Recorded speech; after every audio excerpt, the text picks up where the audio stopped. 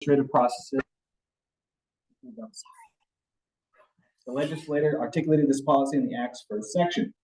The people of the state of Idaho, in creating the instruments of government that serve them, do not yield their sovereignty to the agencies so created. Therefore, the legislation defines affairs of the policy of the state, and the formation of public policy is public business and shall not be conducted in secret.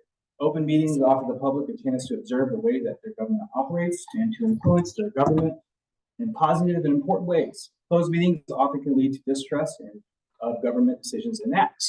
Now, let's go to the next thing. You might think, well, this is an advisory board. Well, they thought of this. The open meeting law defines a public agency to include any sub-agency of a public agency that is created or pursuant to statute, executive order of the governor, audience, or legislative acts in governing bodies. This can include, so any governing body to include with the authority to make decisions or recommendations to a public agency in any matter. Thus, advisory committees, boards, and commissions are subject to open meeting law. Real quick, almost done, guys. What constitutes an open meeting law? Open meeting law is defined by a meeting, and that can be the convening of a governing body of a public agency to make a decision, to deliberate towards a decision on any matter. Have a forum or an open meeting. And then real quick, we'll talk about what's a deliberation, and then we'll close up. So deliberation means the receipt or exchange of information or opinion relating to a decision, which shall not include informal or improper discussions of general nature that do not specifically relate to a matter then pending before the public agency for decision. What that really means is you run into each other at breakfast. You can talk to each other, That's essentially what it means. But I think what was explained to me in training, there's two ways of thinking. There's the eye of the law, which obviously we're going to follow the law. But then there's the eye of the public, right? What does the public see? You want to keep that in mind whenever you're doing things. And if you're meeting for breakfast in the morning, and then your meetings at night, and then you all sound like all your decisions are pre-decided, the public's going to be like, that seems strange. So that's just something to think about it. And if you ever see the Board of County Commissioners, they'll attend public events together, but they probably don't usually sit together. You won't see them really talk at all. And it's just kind of that thing. So just keep that in mind. And if anybody has any questions, I'm happy to answer them now. If I don't know the answer, I'm more than willing to get back to you or ask an attorney, and that can go for anyone in the public too. So anything? I thought they didn't sit together because they all like each other. I cannot answer that. Right, go ahead. So, Jonathan, for purposes of this board, we're talking board being at least 4 members. So yeah, well, yeah, We have a 7-member voting. Yep. Technically, you're only 6 right now, total. But yes, when you have 7, yes. Well, the board is constituted with 7. So for purposes of if we bump into each other at the coffee shop, if there's 4 of us together, that would be considered a problem in terms of the open meeting. Well, so the attorney, Not that you can't socialize, but you cannot go into any business discussion about anything currently present before. so the Attorney General actually addressed that in one of his trainings. He said, it's not whether or not you can go around to each other and talk. It's like, do you have the discipline to meet and not discuss anything related to your business? That's the question. Can you have discipline to say, hey, how's it going? And then not go into, hey, what do you think about that upcoming recommendation we're going to do to the board? What are you going to vote on? That's essentially the gist of it. And technically, you include alternates within that definition. Yeah, so according to your bylaws too, your alternates are in every way just like any other member. They just can't vote. That's it. It's for to keep the continuation of the board, right? If somebody drops out, steps up, you have someone who immediately can step right up and go into that position, take that up. Expand on that with alternates when we fleshed it out last year. I believe it came down to you to participate in the discussion. And really, that was about it. So in terms of can an alternate introduce a motion before the board? I would have to look back in that, but it's from my memory, it was that an alternate can do everything but vote. So I guess we could go into technicalities that, When I presented it to Bruce and Leslie, what I was told, you can participate in the discussion and be on the subject. I think that's as far as it went, we talked about this. But in terms of introducing motions, I know while I was an alternate, I did not make any motion. we can circle back. I can look at the definition, but I'm fairly certain as long as you're not voting, you can do everything else as an alternate. But we can go back and look at your bylaws and just double check. Do you have a copy of those ones? Not on me, but I do when I get back to the office and I can send them out Send again. them out to everyone? Oh yeah, absolutely. I think that was one thing we didn't get in the packet last year. And if maybe it's something we overlooked within the bylaws, we can look back in there and see if the board wants. I would just like Steve Love bylaws. Yeah. Not a problem. This issue about three of the board members being together or two of them together in a restaurant or something.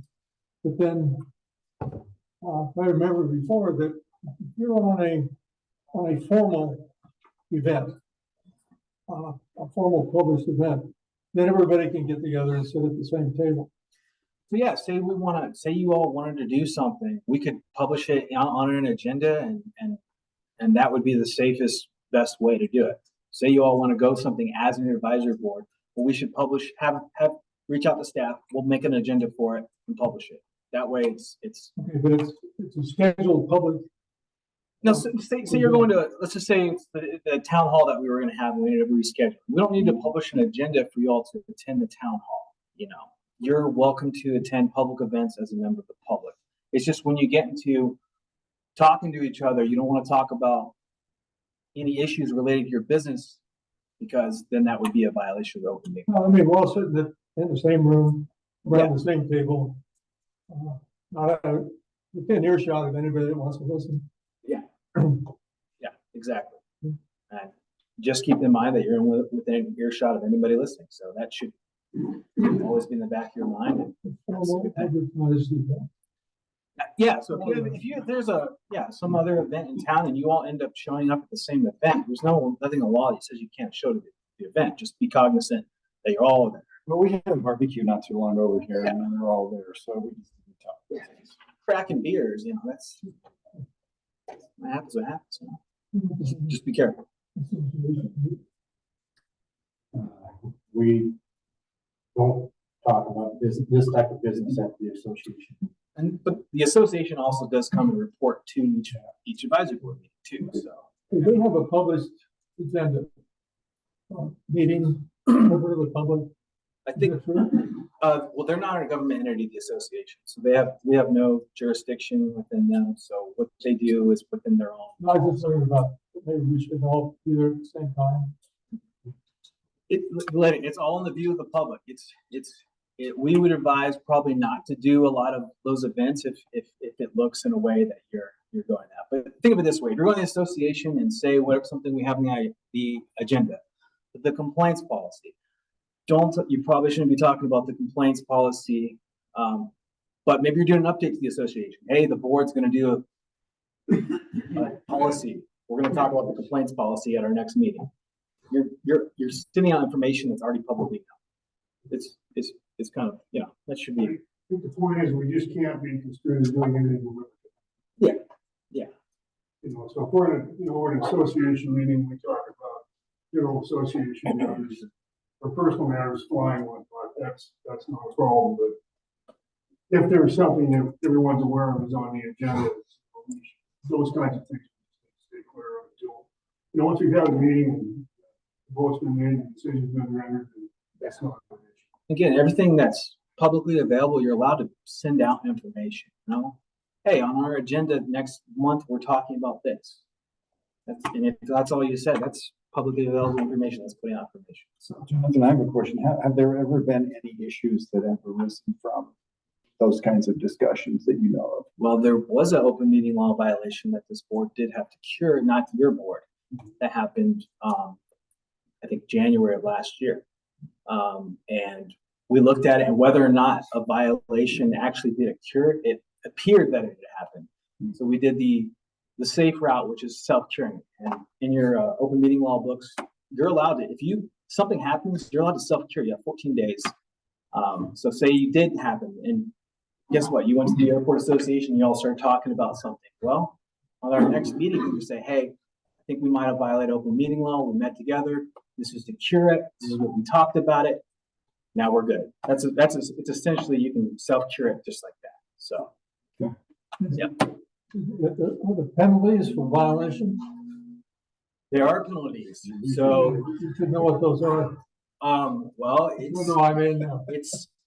could be up to a misdemeanor. It really depends on a prosecutor or an attorney general what they decide. So it does say in the book, it could be up to a misdemeanor. So, But as long as you exercise the cure within 14 days, you know, well, it's all about good faith, right? And I'm not the prosecuting attorney, but we're trying to be transparent and we're trying to show good faith. That's the main goal. So, any other questions? And I just wanted to add, I think that applies to email conversations between yourselves too. Glad you brought it up. There's an old rule that the other advisory boards do, and it's just don't reply all. It's just the best policy. So if we send you out a group email, just don't reply all. It just keeps you out of trouble that way. But yeah, you shouldn't be conversing emails to each other. If you do send an email on behalf of the board, if you're sending it to a county employee or your KC air, then that's carbon stamping. So then it's available to public record. So. Any other questions, thoughts, comments? I don't want to take up too much of our time. about emails too. I set up a discrete address for any I did too. AAV business, and basically it's nothing gets deleted out of it. So that if something comes up where you want to call and say, right, you need to get your emails, but they can go in there. Yeah, so we always recommend starting your own email address just for the airport board. That way, it's easy to do that. So, any other questions, thoughts? Thank you, Jonathan. I think we can move on. And before we call for conflicts of interest, we have a new board member that actually was supposed to be here last time, but he's here, Dick Lucan, and I'd just like to introduce him. And I understand Lisa is in the audience back there, and she has not been confirmed yet by the county commissioners, but she will be representing the city of Hayden in all likelihood. I'm not predisposing what the county commissioners are going to do. That's the likely deal. And I would also like to confirm with Jonathan, we had a revised agenda that came out on the 12th at 4:44, which made the 48-hour limit here, and we added the revised complaints policy as an action item here, as the county commissioners had wanted some changes to that. So if that's confirmed, then we have that on the agenda. So I will now call for conflicts of interest. And seeing none, we will move on and changes to the agenda. Without objection from the board, I would like to move item 10A from that position to number 6 prior to the public comments and have the elections here.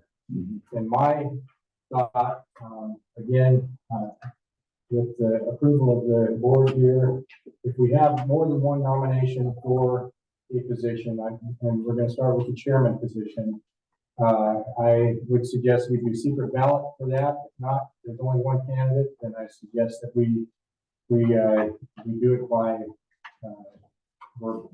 I see Jonathan's cringing at my suggestions. I have to go through, but I don't think a secret ballot. I would probably encourage not to do it by secret ballot. Okay. So we will do it by voice affirmation. So with that, I would like to open up the nominations for the chairman position. I would like to nominate Frank O'Connell. I'll second that. Are there any other nominations? Seeing none, I ask for a vote. All those in favor of Frank O'Connell as chairman, raise your right hand. All right. Okay. Appears to be unanimous with the board members here. So Frank, you are the new chair. And you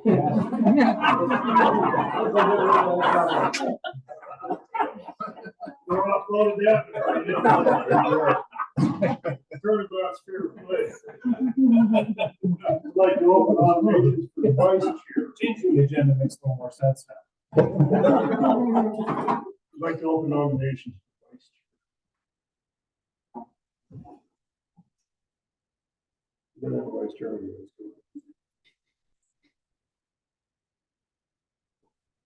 Were you interested? You know, you've got experience, you were just holding the gavel. I'm gonna nominate. We also do. I nominate Steve. I tried to do it last time, but see, this is only vice chairman. So the chances of you, what are the chances of you having to do anything? Go ahead, Dennis. I'll skip a meeting or two. That's a nomination. Well, what he's got to accept. I would accept the nomination of vice president unless someone else is interested. I second the nomination. She's been nominated and second. We do a voice vote. All those proceed as vice chair, raise your hand. Your opposition, none? All right, you're voting back in by acclamation. Thank you both, by the way. Yes, thank you. Yeah, I guess I take over. And I said before, I'm not new again.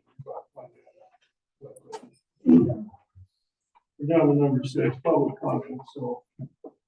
We can go. Make it a paid. Yeah, anything you'd like to say at this point? Yeah. We move on to item number 7, approve minutes of previous meeting. You want to make a motion for that? Yeah, and I will second it. All those in favor say aye. Aye. Opposed, nay. That's what happened. Thank you, Terry. Staff reports, number 8. Gasson is absent today. Dr. Warner today, he's on sick. I'm assuming we'll have an update from Ardura. And I will let you know. Yeah, thorough or abbreviated? I'm sorry. Would you prefer thorough or abbreviated?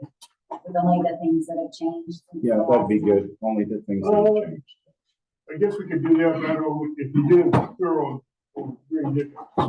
If you feel like you need. And all of that's gonna Please. be. I'm here to get caught up. Okay, well, I'll go fast and go. So our first project to review is Taxiway D North. It's the hangar taxi lane up there. We have received all of the final paperwork from the contractor, and I am working on getting the final closeout documents together for the FAA. They are requesting it. It's an old grant, a 2020 grant, and they're requesting it by March 1st. So I have a draft of the report, and we just need to get the as-built ready and submitted to the airport and to the FAA. So I think we're on track to get that one done. The electrical improvement project, which involves the runway vault buildings and moving all the stuff from the old building to the north side. That one, I submitted the draft final report to the FAA this week, and all of the other tasks, I believe, are complete for that. The FAA then just has to accept the report, and then we work with the county to get the final reimbursement for that grant, and then it will be closed out. Snow removal equipment, building design and construction observation. That project is also pretty much essentially complete, other than we have more paperwork to do on that one, and it's not as old of a grant, and so it's not at the top of the pile to get done and close out first. We're waiting for the contractor. He has a couple paperwork items that need to be done, and then we should be able to get that one closed out. I'd say probably closer to May for that one. The runway rehab and taxiway D4 project is on hold right now because there's no physical construction occurring. We're waiting until the spring to start up, and in the spring, probably in March or April, there'll be runway marking, the final application runway markings, And then installing all the new runway lights, the LED lights on the runway and new reels on the 2-4 end. And there'll be a closure with that. I think it's about 7 days for 624 to be closed when all of that remaining stuff is done. Approximately 6 to 8. Taxiway B pavement maintenance project. That is, so it's not actually taxiway B, it's taxiway N, or the north side parallel taxiway to 624. Anyhow, that one was a seal coat project, and we are waiting also for the spring to do the final application of markings on that. Taxiway C, we are working on the design. So taxiway C is taxiway F, and we're going to extend that around into the 6th end. So it's a chunk of parallel taxiway that goes all the way to the west.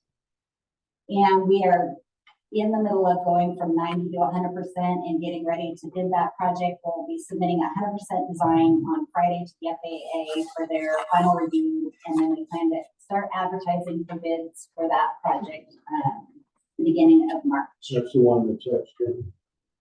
It's Right there. yeah. Right there. And it, This is- yeah, this is jogs exactly out what we're around. Perfect. Yeah. Let's see here. And with that, there's some Mauser. This is a little bit. Yeah. That'll be perfect. Yes. You're extended it back in. Then this is gonna be a little way in.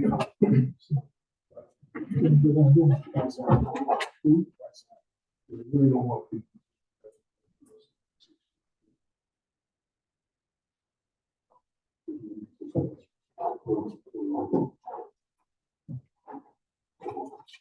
All right. So let's see here. Sorry. That's right. No, that's fine. It's because they're renaming the taxiway, it's kind of confusing. It's basically, we're taking Foxtrot and going around to the west and then connecting it. But Foxtrot will be renamed to Taxiway Charlie because of the new FAA naming convention. So Larry is too shy to ask the question, so I'll ask it for him. Why is the taxiway Delta not going to extend across 106? because it's a midfield connection and they're trying to get rid of midfield connections, and so they want you to be at either end of the runway so that to cross for crossings like that. Basically, is the reason in a nutshell. What about that other cross right there that's to the west of that? I'm not familiar with that. Yeah. That one will be there still. Okay. So there'll be two, there'll be two exits and ons and offs in that end. So the This exit will go away, right? Yep, that one just goes away with the that other side. exits, so Pardon? the exit on Delta will still be there off of 6. Yes. Yeah, the south side exit remains. We're talking about this. This exit right here, is that gonna remain? Yeah. Both of these. We're both of them. And Delta this south. Yes. Okay.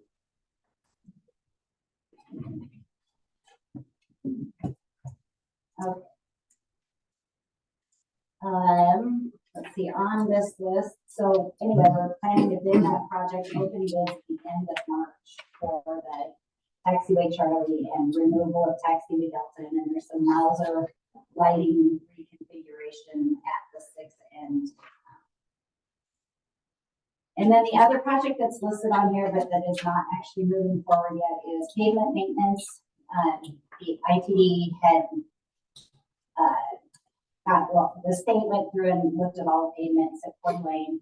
The ones on south of 64, a lot of them need seal coats and crack sealing. They'll come out with this thing called the PCI, which basically tells you how your pavement is doing, if it's good or not so good, in May, and the priorities of that project would start. So design could possibly start maybe this summer, depending on which pieces of pavement need maintenance more than others. And so it was mostly all of the stuff south of 624. So Foxtrot, Delta, excluding Alpha because Alpha needs replaced. And the only other thing on here that was moving forward at all is the wildlife hazard management plan.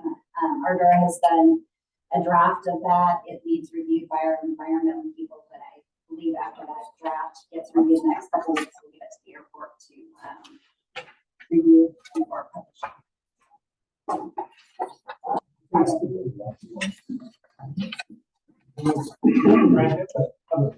Quick question. Being new here, I benefit Dave as well, but I'm just trying to understand the structure here. So our Bureau is, provides engineering design services for these projects as well as construction management on all projects or some projects. What's the structure? It has been on pretty much everything. And our Bureau just changed their name from, thank you, Corey, you could help us out. So we used to be TO engineers, and the way that FAA funded projects at the airport work is that every 5 years, the airport needs to go out for consultant selection. You can't continue to go with the same consultant without having another person have a chance to be the consultant for the airport. And so they go out in RFP process, so request for public qualifications, and within the county, you guys look at all the people with different qualifications. So we are the current consultant that was selected approximately about 5 years ago. So I believe that you guys are ready soon to go out for another consultant selection. And to the point of, And there's also construction management. Yes, for FAA projects, yes. so for example, the maintenance work, the crack sealing that we're doing in the spring on all the actually south 64 gas pulls, so that's going to be done completely in-house. So that will be airport personnel. It's not a blanket relationship. It was more so in the previous administration. You know, I think he's trying to do as much in-house as it makes sense. Gotcha. But the more major stuff like we have with 64 this last summer, necessarily need a lot of extra. Gotcha. Appreciate it. Of course, Gas is not here today. I told him I'd do a real quick update. Gary probably got the same information. Gas came to Airport Association last night. Of course, I assume everybody saw the article paper this morning. We're going to be getting what they're calling it a temporary tower. It's actually going to be a permanent structure. It will be open from the 1st of May to the end of November. It's going to be constructed adjacent to the fire station up there. It's going to be a cab set on top of a high cargo containers. Right there, right there. It's going to be Just, by the fire just station. go over to the west a little bit. Right there. There you go. It's that box that's drawn in. Oh, okay, the box. Yeah, there you go. You tell or me tell they're gonna do containers and put a cab on top of some of the, what do they call those cargo? Connex boxes. Connex box. So they're about 9 feet tall and they're going 3 high. Yeah, it said it'll have the tower 40 feet off. Yeah, and then So the we have cab good goes on, visibility. the cab goes on top of that, that structure. Right. And it's all engineered, they're all connected together. So, So we don't have to haul a trailer out. no. No, I asked Gaston last night, because when he announced it, can we get presented connection? I said, are we gonna have this done in 60 days? And this May 1st is coming up. He says, he said, well, we'll use the existing cab we have on the ground until this one is complete. He said it's going to be done pretty soon after the and it's going to be the same contract service that services last year.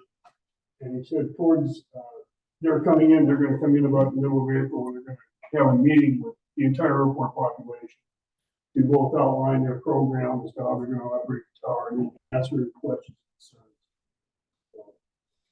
come this summer, we will have a tower every summer. Yes, ma'am. I just wanted to add, I don't know how much Gaston went into funding last night.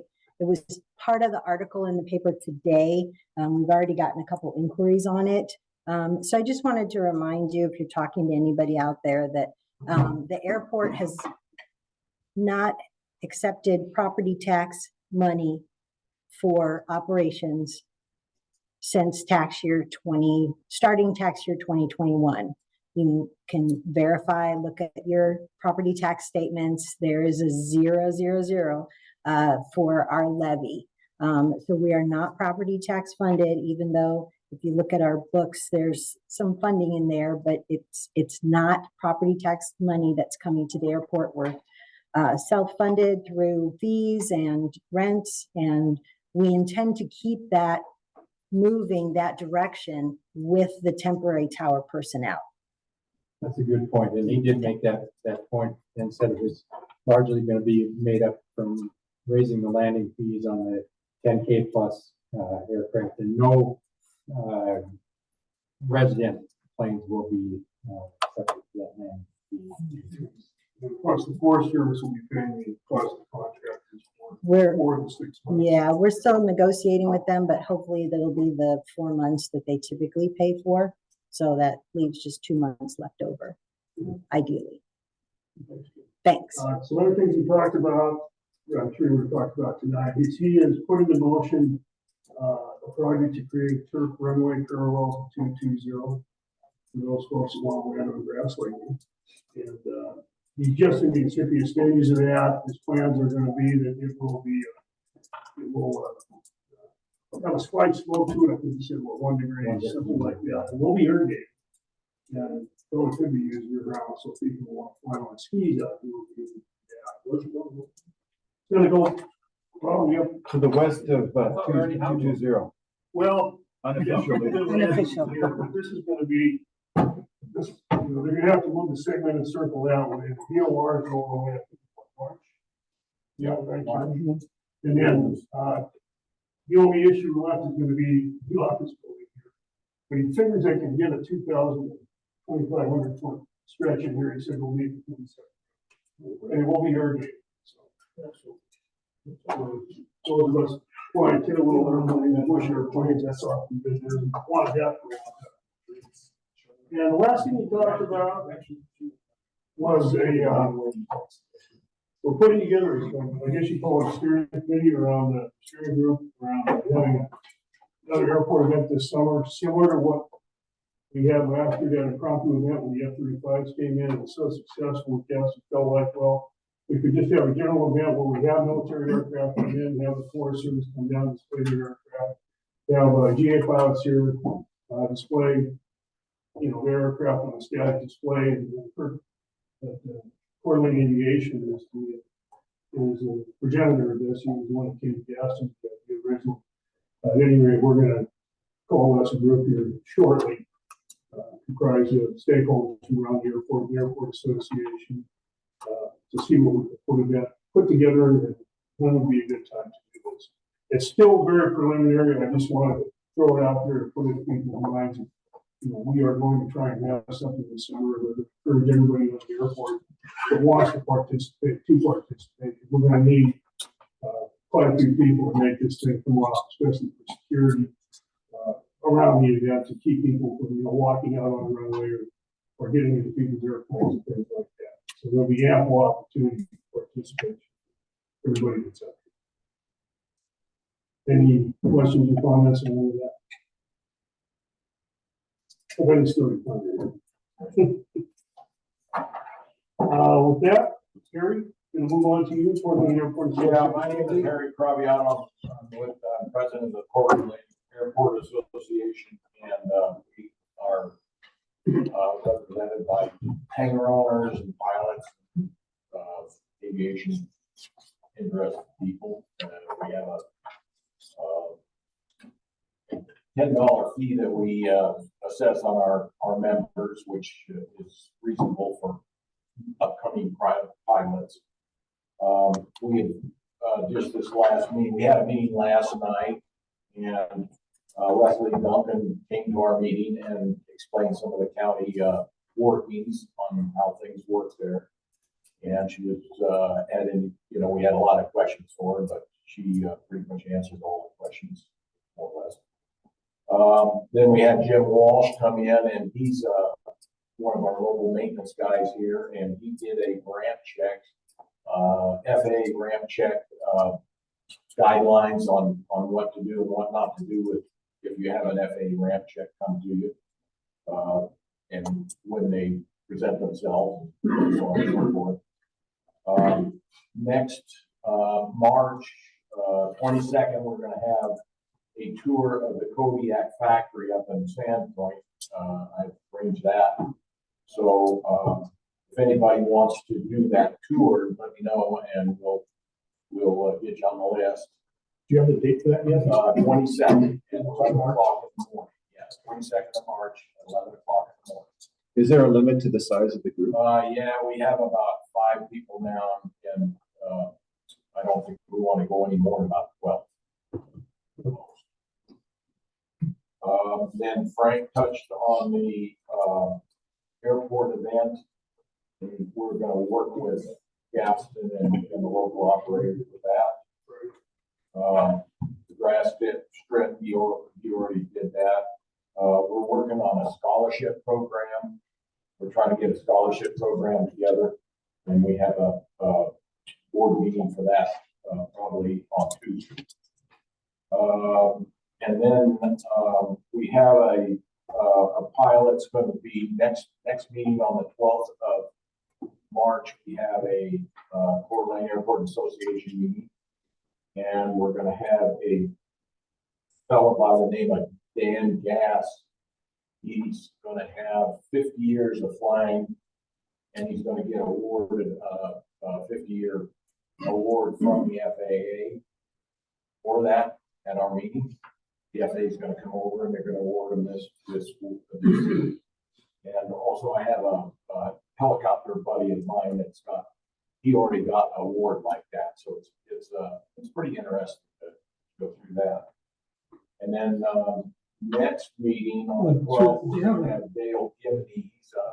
He's a candidate for the county commissioner, and he has a pilot's license, and he's very involved in aviation. So he's going to come speak to us next on the 12th of March. And then that's all I have at this time. Yeah, that's all I have. Harry, there's a question about location for the next association meeting. It's going to be at the Hagedorn Jet Center, where we had it last night. So I feel, It's that blue roof building. It's the biggest blue building on the east side of the area. well, midway up Airport Drive. When is the meeting? The 12th, March 12th? March 12th. Yeah, we usually have our meeting the night before the advisory board. So that's all I have for you at this time. Yeah, I'd just like to add something. The Airport Association's been around here since 2007. And it's plugged right along, and it's done a lot of good things. It's Harry mentioned, usually every meeting we have somebody give a presentation. We have Allison Hamilton over here. What was the last month? He had a fascinating presentation on his work he's done rebuilding airplanes. And Harry's done a good job of trying to keep it interesting for everybody. And I encourage everybody, if you don't belong, if you're a pilot out here, if you own a hangar, if you're interested in aviation, for $10, you can't beat the fun you can have with it. Plus, we'd like to see the membership steadily increase. As I mentioned with this airport event coming out in summer, we're likely going to need folks to come out and help with that. So the more the merrier, and whenever you're good joining and doing things like that, there's a lot of fun to observe. We had a big barbecue last summer too. That was pretty well attended by locals. Is that $10 a month or a year? Well, it's $10 a year. Yeah, it's the cheapest they can have. And plus, once in a while you get to sample Harry's cooking. It's pretty good. I work something to eat. Not like asking We try and encourage everybody out here to watch it. Like when Gas and I were talking about this upcoming event, he said when he was in Tehachapi, they had a pilots association. It was 25 members, and he said their big function every year was their airport event. They had a thing where all people in town came out, and said hugely successful. He said, he said that was something they worked on all year, that's kind of prime focus of that organization. You know, talking to Harry, we were talking about, you know, it'd be nice to get Port Wayne Airport Association geared that way too, because it's something that used to do out here years ago. I can remember back in the eighties. You know, they used to have family flies and things like that here. We've gone away from that. And I know Gaston would really like to see it come back to that, because it's really a good way to engage the community. Let them know who you are. You know, we're not just a bunch of rich guys with expensive body, but you know, this airport actually serves a valuable function for the community. And, you know, people can come out and have some fun doing it. And like everybody last year, I wasn't around for it. They had 35 of them. I think they had, how many thousand people? 5. I think it caught everybody by surprise. So we want to capitalize on that. 2 weeks notice on that. I mean, it was unbelievable. Well, yeah, I mean, it wasn't really an organized event. It's just these things are going to be here. Come on out, we'll see them, and all of a sudden, the city's party and everybody came out. So it does show that there is interest in the airport. We do have 2 new opportunities to improve on our public relations, especially in this area now with so much growth going on in Cleveland County. I think the image of the airport is that, you know, we're kind of the gateway to an unwanted population influx, and that I don't believe that for a minute. I don't think anybody here does either.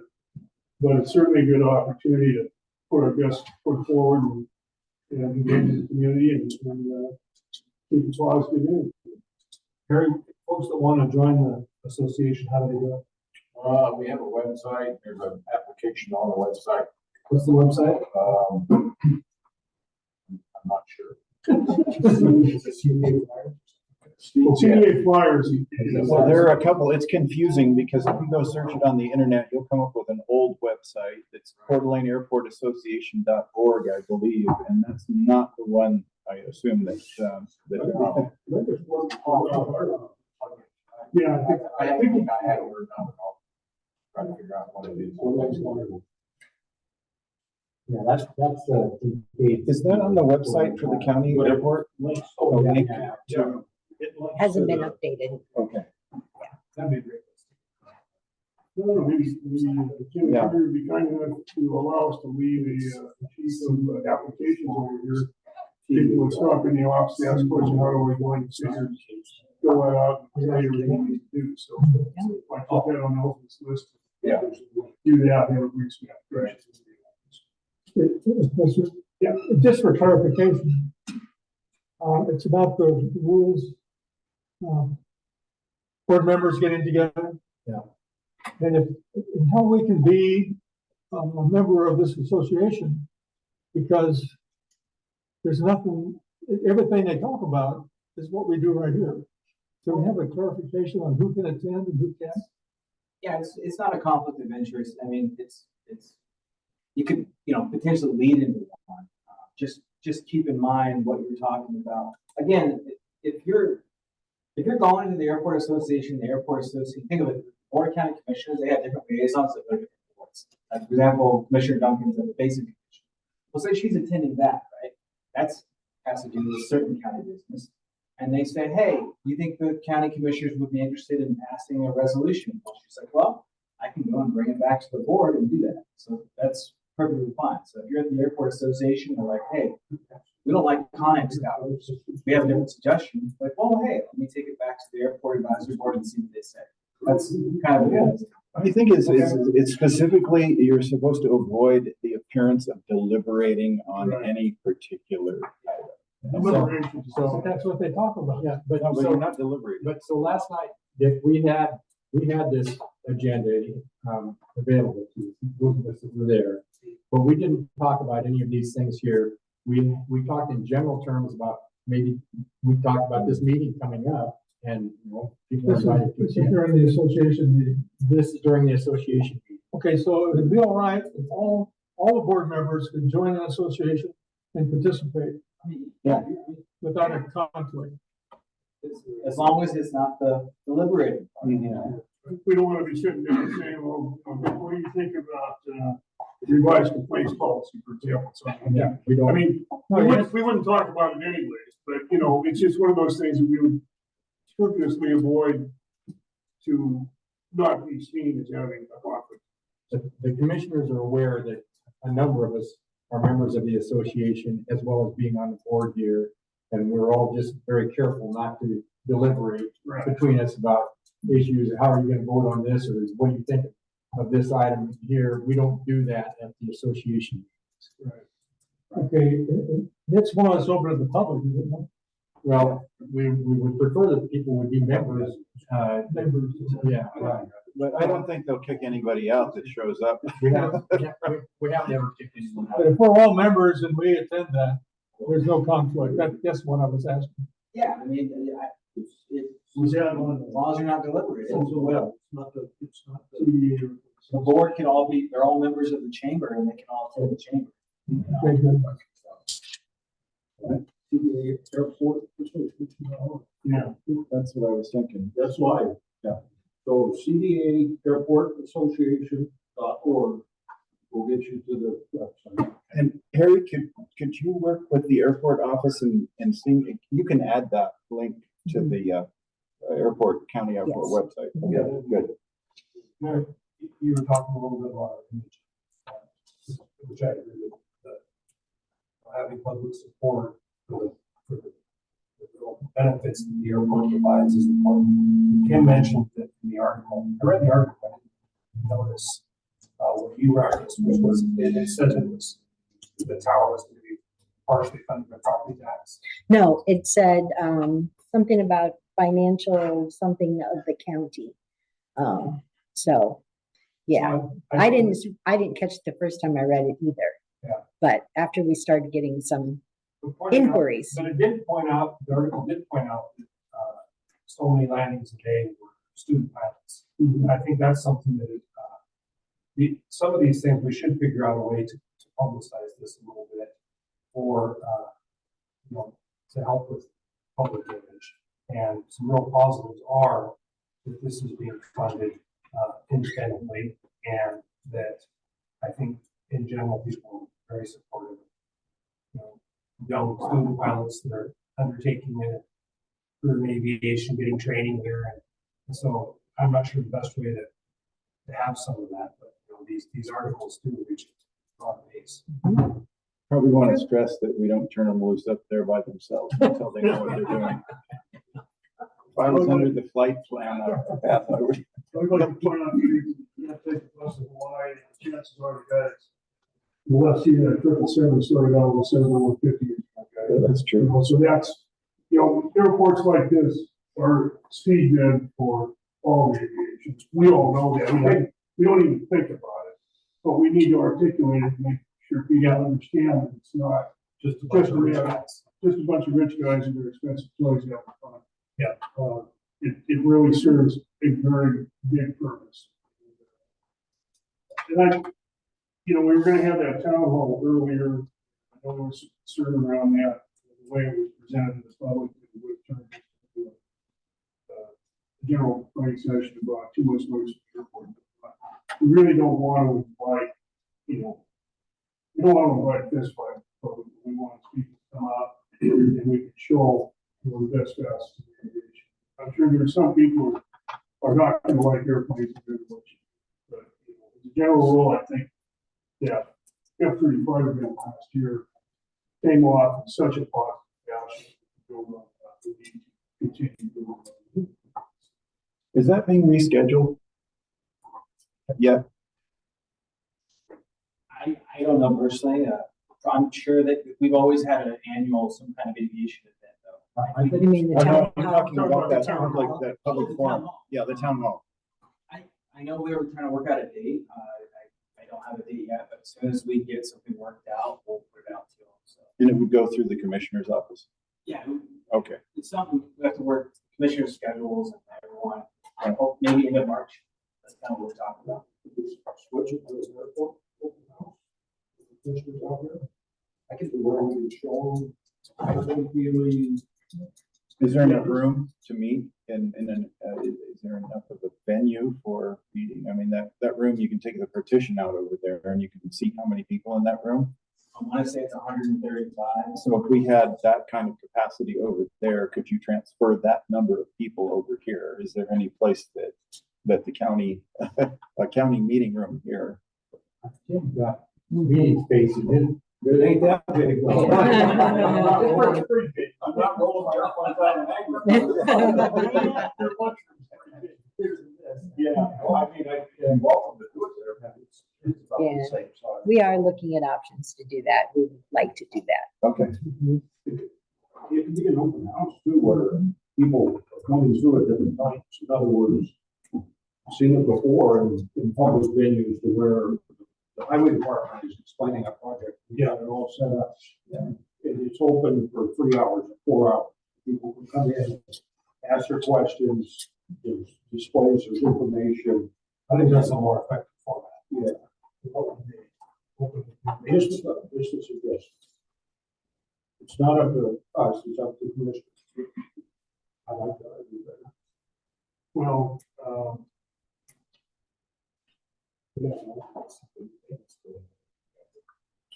that's true. I think what we'll do is we'll go ahead and put this on the next, yes, it's here. So that we can do that. Yeah, because it's not mutually exclusive, you can have one or the other.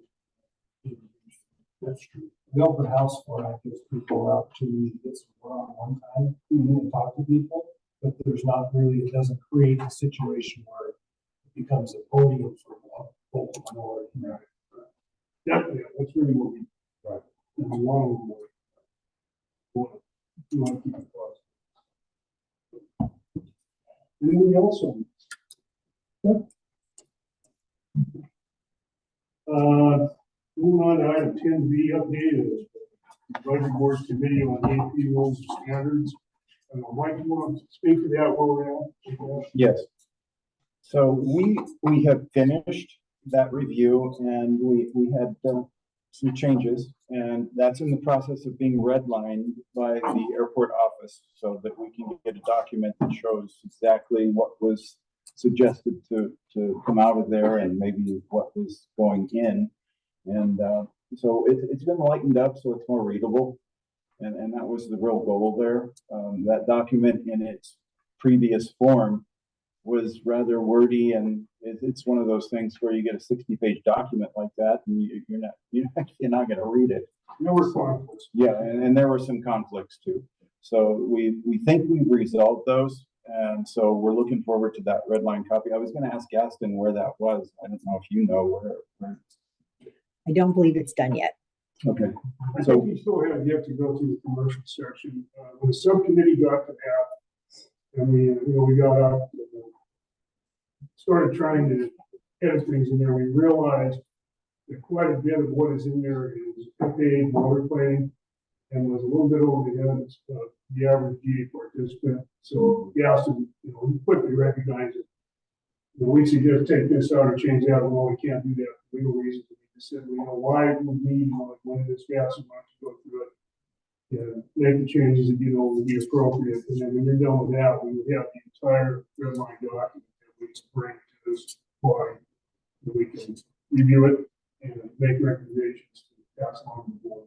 well, I'd also like to thank Joan Genter for her involvement in that because she had some really good ideas and some good input throughout the entire process. So thank you, Joan.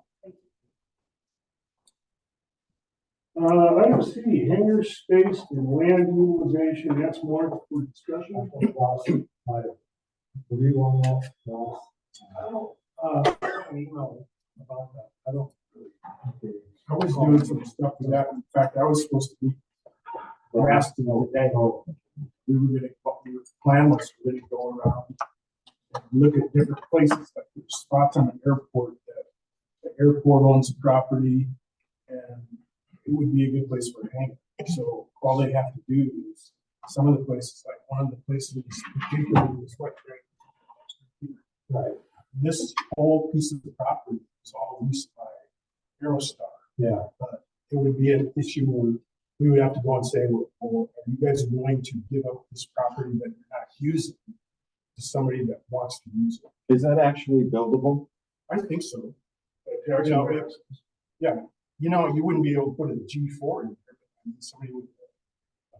Did they give up that list? it would be something that you could talk, so it is available ballot. Yes. So And that's not the only place, I mean, I think they've also talked about extending D3. D3 out. And that would be 14 extra hangars that would be a result of that. but another extension. thing that I wanted to talk to, and this had to be something that's gonna have to be done, by county commissioners and the building department, because in my opinion, there's no reason for this hangars along this, all these places to be so far apart, especially now, 24-hour fire. Right. And like I said before, I mean, if you drive down Atlas Road and look over there, south of Prairie, the houses are like 15 feet apart. So if there's enough room between these hangars and new development that the fire truck, that should be close enough, in my opinion. Oh, my God. But it has to be worked out. Building. That was created by the building department, though. I mean, Yeah. we were forced into a If the situation. building department works for No, they don't. they should. They do. They work for it. I think the constraint there would be, the international building code and the fire code. Yeah. Which is separate. But like I said, years ago, they didn't have fire code.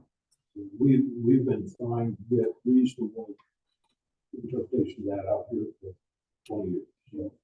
And I don't want to give up on it either. But there's better ways to do it. Just think, And I think with the new construction that we're doing, it's certainly done different standards where you don't have to have a 15,000 square foot lot, 5,000 square foot building. yeah, I hope so. And, D3, I asked Yasu, what might be a time period? He didn't think probably that would be ready to go until, a year. Take that long to get all of the rules. And it was gonna be funded within the airport budget, and then it wasn't gonna go to the FAA for any of that, so that would help speed that project along. Right. And there's also some talk about, we have these, properties last year that we're gonna be giving over to athletes. Those are, I believe, still available for lease opportunity. I know Gas is looking at that, we're waiting to get the gun club deal done up, so then this area will open up and see what can go in. So there's a lot of opportunities out there. It's just that we're, a good 18 months away in the actual activity. But yeah, some figures, with what we have just currently available, it will soak up the backlog of people. This is as a example. Quite honestly, I don't know. As far as I know, it's in the hands of the IDFT. I think they're the ones that are doing the buyout, and of course, the real government turn a little slow. I don't know. But that's basically no longer going to exist. Oh, it always No, it is is. being What there, they're but gonna do is they're gonna, the fishing game's gonna buy out the property, Oh, pay the airport for it, then they'll construct a berm around the gun club so that you have hangars on the other side of the berm. The shotgun shells, the shot won't have any impact on anybody parking there. But it'll resolve once and for all, the gun club getting from the airport. And the gun club will have to do with this, so kind of a happy ending for everybody. Anything else on that? ready for the discussion? Yeah. Over there. Oh, we are. Oh, okay. No. Yeah, I just wanted to introduce myself, a little bit of background, is that I was on the board of directors, elected on the board of directors for many years on the old Marine Air Station, abandoned, semi-abandoned, called Mojave. And over the years, through different incentives and so forth, that airport was built into the first civilian spaceport. And we had an FAA designation that we were the Air and Space Center. We were the very first one. And we built that airport up. Unbelievable political. And we're flying spacecraft out of there. And mainly that was my brother's idea. First that he thought that we could fly around the world and refuel. It was kind of cool. And then he come up and he says, I build home-built airplanes, but maybe that I'm thinking about building a Mach 3.5 rocket is capable of taking people into space. And so it worked, and he did that. And it's now known as the Mojave Air and Spaceport. And through a lot of politicking and stuff, I thought that it would be apropos that Bert have his name on that airport. Just like we have here with Happy Boynton. Happy Airport. Mojave Airport now has the Rutan name on it. What I'm saying is, there was a lot of experience to build this thing up. Some of the things we did right, some of the things we did wrong, and some of the things that maybe that we can utilize here. And I don't know if we want to be a spaceport, but some suggestions, like one of them was to have an airport restaurant to serve breakfast and lunch. Other thing is that they made a survey and they thought it would be really nice to have a daycare center as a suggestion. They also do a thing there, it's called Plane Crazy. And it's very popular for community association. And one of the home-built classic airplanes fly in. We have speakers. The restaurant is there that you can enjoy the meal. And it's welcome to the community. And it seemed to be very comfortable. And I don't know that down there, if you bring a classic or an antique airplane, and you attend 5 different events, that you get a tax exemption. I don't know if we do that here or not. But anyway, we upgraded that so that we could get a tax exemption. So everybody that wanted a tax exemption for their airplane, that was incentive, and they all fly in, and a lot of people come in, and they rounded up some really good speakers, mainly because it's real close to the Mojave Edwards Air Force Base, and there's a whole bunch of stuff going on down there that we can find some real interesting speakers. So that was something that was really successful. And it was just a suggestion to throw out. Maybe I could be involved in it, or maybe it's a dumb idea for here. Hey, I just want to lay it on the table. Has there been an airport cafe here before? There was one over there by Transtector. Lunch years ago. Well, that would be fantastic. I think that would be a great way to get the community out here enjoying the airplane. There's also the museum that I'm involved with across the way, and they're looking for another facility. And there was some suggestions where that would be, and have a big, nice long ramp. And I thought it would have an airtail. You could fly in and go to the museum, or right across the street, you could have a fly-in motel. Eventually to involve in something like that. And I thought, I was looking at some space over there that would be really ideal for that. Not open ramp space, access to taxiways, access to the general public and parking and so forth. So maybe something like that would be beneficial. I'd be happy to be involved in that at any rate. Yeah, that's a neat idea.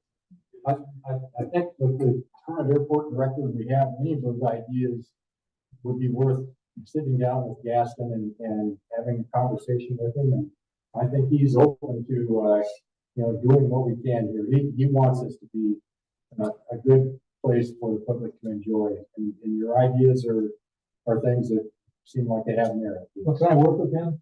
Yeah, Gas has got a great open door policy. Yeah, because he was actually airport manager at Tehachapi, which is 2.5 stone throw. You can, so you know him already. You're in spaceport. Okay,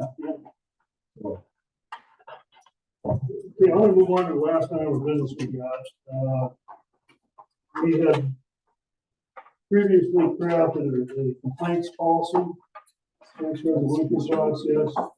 So we took it down to the county commissioners here for a business meeting earlier this month and came away with some recommendations to the county commissioners for some revisions needed to be made, which Brian Curry sat in on the meeting via Zoom and generously undertook to revise the complaints document to the specification that Bruce Lindley put out.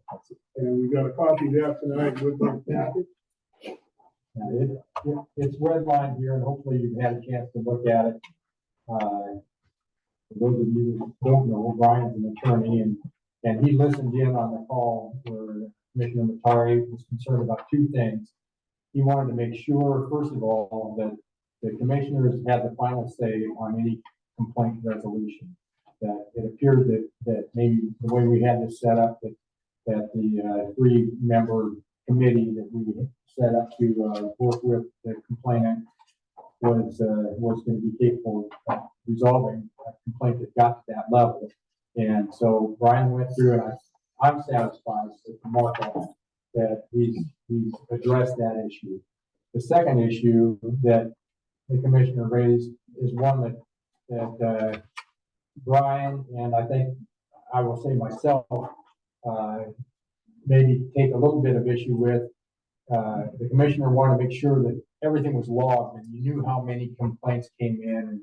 And that, to me and to Brian, seemed like something that was a staff issue, not an advisory board issue. And if we set up this resolution policy that we've got proposed, there certainly will be documentation, and it would be easy to follow along and to record, any complaint that came in the door beyond the calls for noise issues and that kind of thing. So my recommendation is that if you read through the red line and the strikeouts on this policy that we approved at the last meeting, that the revisions will satisfy the commissioners, and that we approve this to resubmit to them for their final approval. So I'm going to bring something that I brought up before, because I'm not entirely sure how this should be interpreted. But if you look on step 1 down there on the very first page, it talks about stakeholder initial meeting with airport director. And so I had a discussion with Brian about what the definition of a stakeholder is, because I see that more that should be complainant, and it is addressed as a complainant in here. In step 2, it says complainant submits. So they're almost using stakeholder and complainant as interchangeable terms. And I'll ask Carrie, because you're involved with the association. So when you mention the word stakeholder, what comes to mind? Usually the hangar owners. Precisely. And that's my interpretation of it. But when I discussed it with Brian, he said, no, a stakeholder is to be interpreted as the general population of Kootenai County. And it does not make sense, because it can lead to issues there, just like what I'm discussing here. So I don't know how to resolve that, because Brian's response was that, well, the Board of Commissioners has established that definition.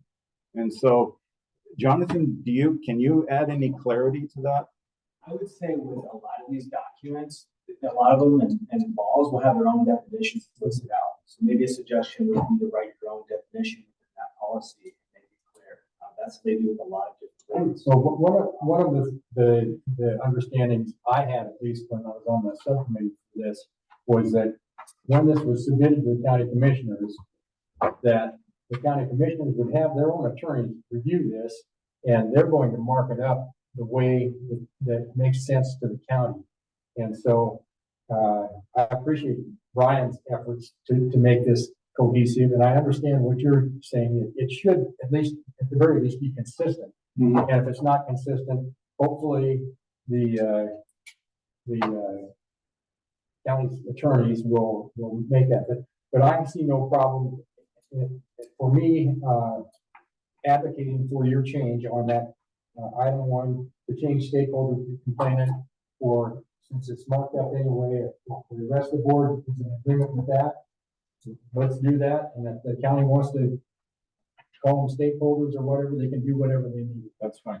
I would suggest we just eliminate the term stakeholders here, because stakeholders, like Mike says, I think so. implies people that are resident on the airport, that have, particular interests, rather than the guy that lives across the street from the airport, that doesn't have an airplane on a hangar, has a plane. So I think this is a matter of making it easier to interpret for anybody using this policy. you know, you don't feel like you remember the public coming out here because they got a stakeholder in there, somebody excluded. So at the next, commissioners meeting, when we do the, airport update, I would suggest that Mr. O'Connell, make this presentation and say, you know, we're gonna mark up and this is what we're offering to you for a complaint resolution. Would you like a motion with that then? Well, this is a discussion. It's not an action item. Well, I agree with what you guys are saying. No, it's an action item. Oh, it is, I'm sorry. Yeah, so I think Tim's correct. I think we should probably have a show of hands on that we want to make that change. And I have a question before we move forward. So is step one the only, mention of stakeholders? I didn't read Well, this the stakeholder- exhaustively. It's mentioned in the preamble. Okay, so everyone, Policy creates a voluntary dispute resolution that coordinating airport stakeholders, which implies just. so why don't we just make a motion that every mention of stakeholder be changed to complaint? Okay, there we go. Like step one. And that way, you know, the VOCC says no, we want stakeholders, Then it's their business. the legal and the VOCC can do that outside of our. Because stakeholders was in the definition right at the very beginning. But Otherwise, we can strike that and. make Okay. that Oh, I see. Yeah, Universal. otherwise, does everybody agree the rest of the document? I do. I make a motion that we move it forward with the county commissioners for that. Yes, I second it. Second that motion that he just made. Motion's been made to approve the document with the exception of changing stakeholder claim. Mhm. Put it to a vote. Everybody in favor, say aye. Aye. Any opposition? That's why I can. And that brings us to. Next to the last item is listed input on agenda items for the next meeting. If anybody has anything that they would like to see at the next meeting at this point. I would, the Coeur d'Alene Airport Association originally had a pilot's lounge, drawn up, and we have plans and we have a picture of it, and, we'd like to present that, maybe we'll bring that up to the next meeting if we could. Was that at the viewing area? Yeah, that viewing area. Okay. We've been working on for 4 or 5 years now. It didn't go anywhere, and as land gets tighter and tighter, I'd like to see if we can, if there's enough interest too. And thank you for bringing that up last night, too, Jim. Is that as a discussion item here? Yeah, we can do that as a discussion item. I don't know if there's any action. to take at this point. Given an area to consider having, speakers so that viewers could listen to the dialogue of the airplane. Radio traffic. Yeah, that was the intent of it, and for the pilots to relax if they come in and they fly in and they want to have some place to use the restroom or whatever. I have a picture of I'll bring it next meeting. Where you put it? Well, that's a discussion right there. That's what we're going to discuss. You know, I may have misinterpreted the discussion, but when we were talking to Gaston, I think he was mentioning having something like that over by the tower on the, because there were different levels over there and different levels of security. Yeah. And so I don't know if it could be worked into there, but the problem we've had in the past with that idea was that where is a place that you can put it where it's actually going to be a viewing area? Because the last place that they had earmarked for that was tucked in over by Delta 3, and there was nothing to see. I mean, it's a place you can go and park there anyway. You can watch the airplane fly by really quick. Right. So it has to be a place that has a broad view of the airport, preferably if that's even possible. Now we have some other structures we have some bikes loaner bikes that we can have on the airport for letting people ride bikes, off airport to wherever they want to go. Yeah, so the only problem with that is how do they get across that runway? Unless they try to take their bike all the way out Lancaster. Place up on the north side, I think, and then on the south ramp, 2 different places. Okay. And so also related to this, if something occurs to you between now and the next meeting, get your idea to Frank, and Frank will discuss it with you and maybe get it on the phone. Everybody know how to get ahold of me? We got your number. I got a discreet email. Just don't want to be seen in public with you. My wife has the same policy. Right. Anybody else? Anybody? Yeah, so another thing, as a newcomer here, I noticed this place is growing leaps and bounds. I mean, huge. And I was thinking about, is there a long-term, plan Yes. for where we're gonna be in the future? Is somebody thinking along those lines? Glad you mentioned that, because Can you read that's the something we're document? gonna be commencing this year, the master plan, update. Oh, the master plan. And the current master plan is out on the county website, from the airport, you can buy it. Yep. It's 250 pages. And, what we're gonna be doing, that process, if I understand it correctly, that will be initiated this spring, and of course, the airport advisory board is accelerated that, we're not trying to grab it as part of the process. But, we'll start working on that this year for, I think the target completion is next year. But it will be an update to that existing plan, so a good place to start would be to go out there and familiarize yourself with that, so you know what the starting point is. A mission statement. And that's also there. It's also, yeah, it's fairly complete. The last one they did, which was that, 5 years ago? Yes. I mean, it's fairly comprehensive. Mhm. I mean, they started from scratch. Like the, one of the world's greatest, friendliest, most efficient, airports. And delusion. Just not as- He gets a whole lot for our. It's very good. There's a lot of information. Well, I mean, have a mission statement behind it. That's what we're going. Cool.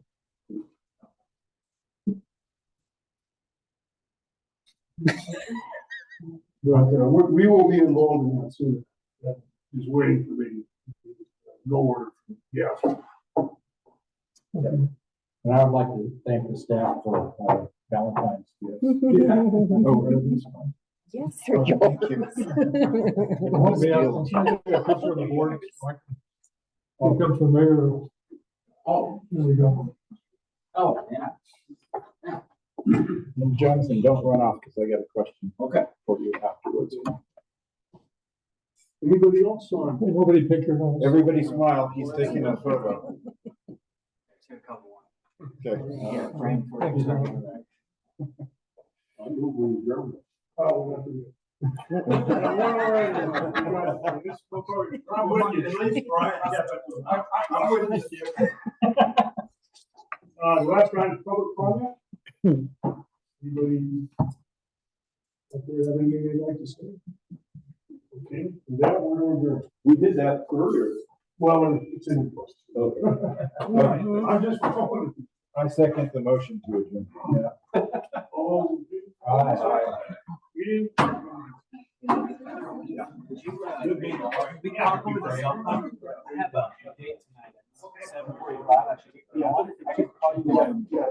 Yeah, it's just about the email that Brian sent me to private. I want to make sure I can. You want to just?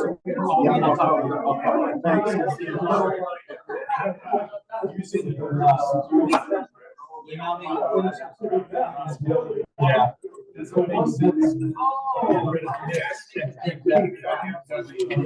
Well, generally, yeah, eventually, generally, yeah.